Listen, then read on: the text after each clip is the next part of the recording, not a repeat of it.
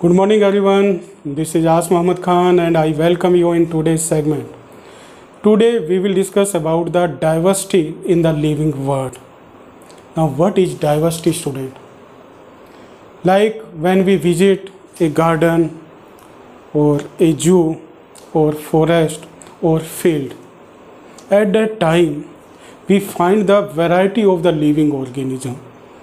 Means we recognize the different living organism in that particular surrounding, and all those living organisms like the plants and animals have some differentiation in them, and that differentiation is known as diversity, or that diversity in the living organism is known as biodiversity, student.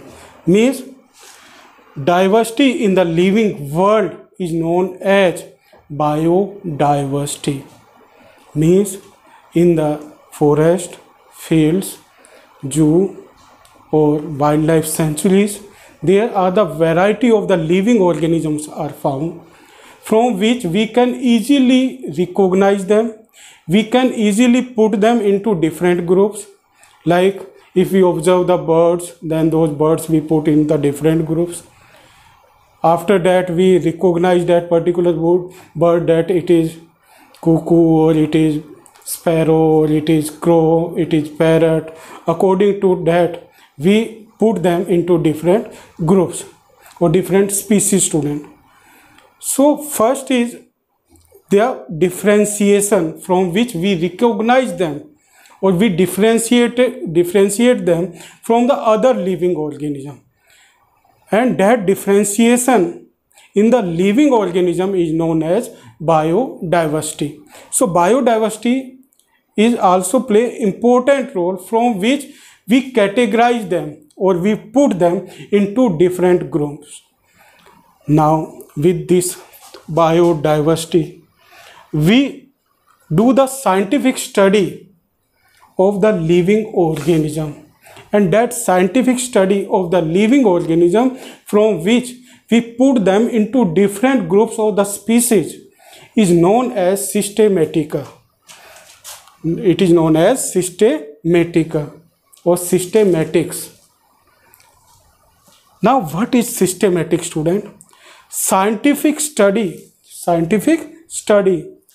of living organism that attempts to recognize, describe, name and arrange that particular organism, and with the help of it we put it in a particular group or the species, is known as systematics or systematica. Now it includes the 4 different steps. First is identification, second is classification, third is nomenclature, fourth is taxonomy. Now one by one we will discuss about them. First is identification. Like first if we visit the garden, at the garden if we find one plant, like if we find the tulsi plant, then we identify that plant that it is tulsi with the help of the leaves or the smell of the leaves, or with the help of the morphology or anatomy, or with the help of aroma of that plant. We recognize it, and that recognition is known as identification of that plant, and we identify that it is tulsi or it is Ocimum sanctum. After that identification we put it into the group, like we classify it, that it comes into gymnosperm or angiosperm, and we put it into the particular category that it is angiosperm or gymnosperm. So if it comes like the tulsi come in the angiosperm, so with this after that we find that it is monocot or dicot. Like this we find it. So after that there is classification, and generally the classification that we obey in the biology, it is hierarchical classification, student, in which the highest group is known as kingdom and the lowest group is known as species. And with the help of one code, that hierarchical classification, you can learn Kapko-Fuzes. Like first is kingdom, second is phylum, third is class, fourth is family, and after that order, genus and species. So it is hierarchical classification, and with this we can classify the living organism.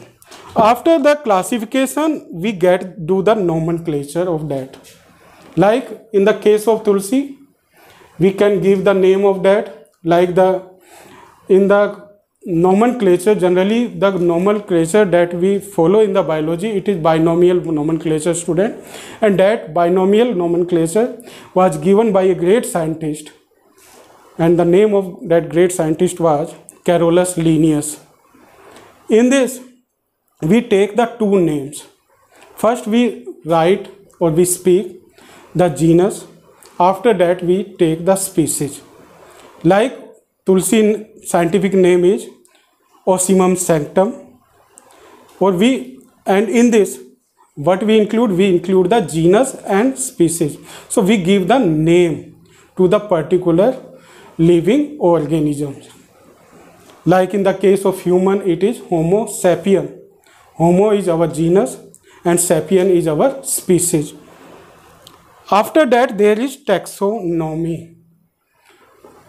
Taxonomy is the branch of the science, student, in which we classify the living organism into different groups according to their similarities and dissimilarities from other living organisms. And this particular branch of science is known as taxonomy. And taxa means group, means the study of the group, study of the class. So it is about the systematic, student. So what is systematic and how do we do the systematic study? About this you will write in your notebook, and in this you will also write about them: identification, classification, nomenclature and taxonomy. Now in our next segment we will study in detail about the taxonomy or taxonomic categories. So thank you very much and have a pleasant day.